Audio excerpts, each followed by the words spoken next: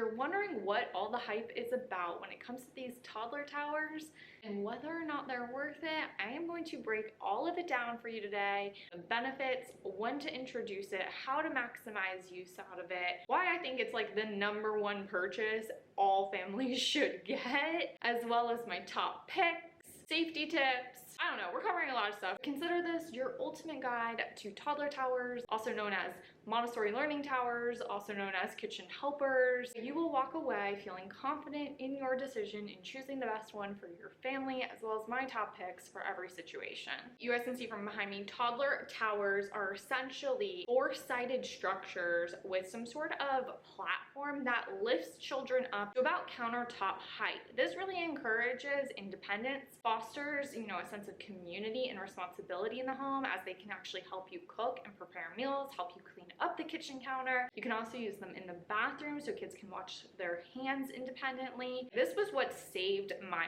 back when my kid got to about that age where I could no longer cook dinner while baby wearing because I was constantly having to swat their hands away from the hot pan or a knife. Toddler towers is really what came in and saved me, because I could go from holding them on my hip or having to hold them down like this while I tried to cook, to put them in one of these and move it just out of the arm's reach where they could still be a part of the process but not in the danger zone. As far as when you should start using a learning tower, it really is up to you. Most of them are safety recommended for 18 months and up. With that said, when my daughter was able to stand independently on her own, real sturdy, around 11 months, I started putting her in it and I have zero regrets. I started my son in it at 11 months as well. I found that to be the sweet spot in our family. When you start it at that age, it really ends up lasting a super long time. I thought initially toddler towers were kind of dumb. I remember even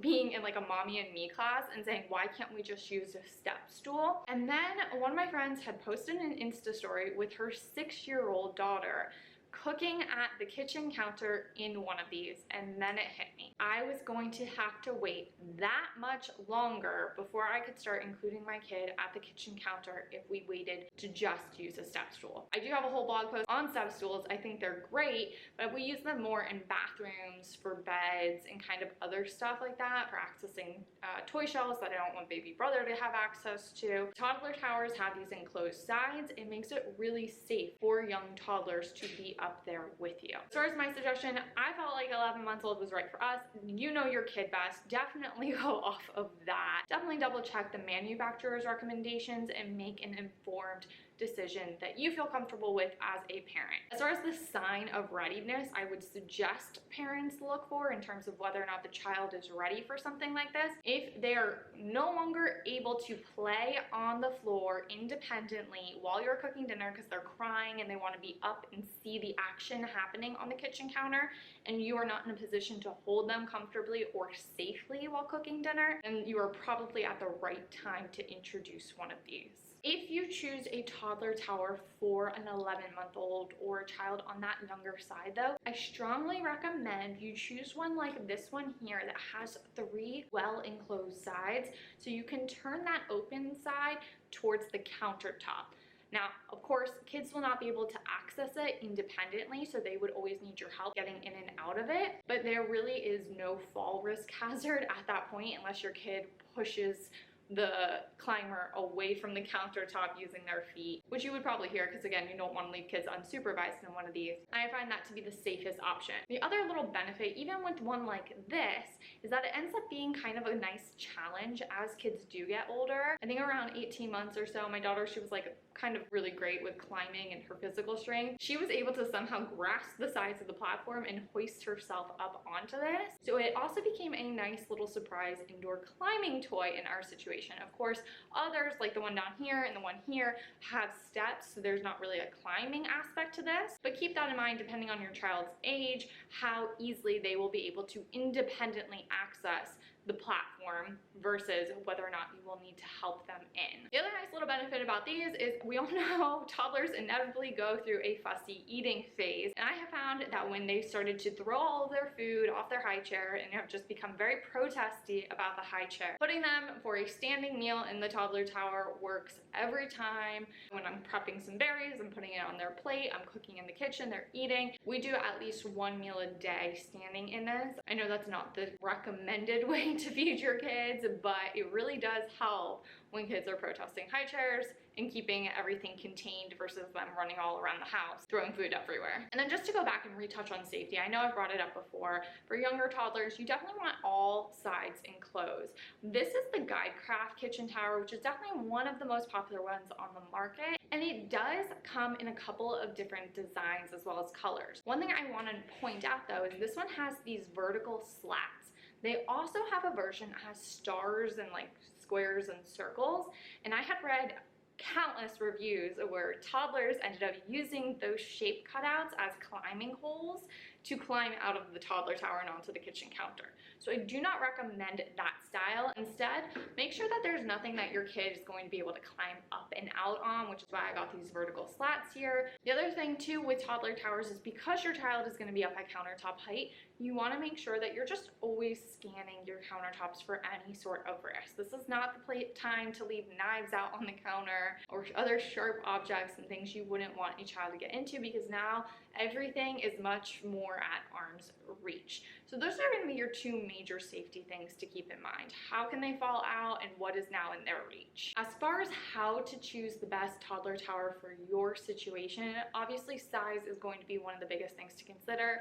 You want to make sure that you have the footprint for one of these. The nice thing about these two versions is they both actually fold up, so when not in use, you can actually put them off to the side, out of the way, in a closet, which obviously is a really nice space saver. But when they are open, you definitely want to make sure there's enough room. If you have multiple kids, they do have larger towers. I'll link this one as well as my other pics in the description box below, where 2 kids can fit inside of them, so that way you wouldn't need 2 towers if you have kids closer to age together. Kind of keep that type of stuff in mind as far as the actual footprint and then storing it away and where you would want to store it away if you like that foldability feature. Next is actually going to be color and aesthetic. You want to make sure it matches your kitchen, because this is really a piece of furniture in your home that's always going to be out in there. Next is going to be adjustable. Most of the platforms are height adjustable, but not all of them, so definitely be sure to go ahead and double check that. And kind of on that same note, some of them do have adjustable step stools, so whether or not you want them to have steps to get in and out independently would be another thing to consider. One of the last things I forgot to mention about choosing a toddler tower is to check the feet of it. So this one here actually has these little feet, so if you have a waterfall type of kitchen counter where there's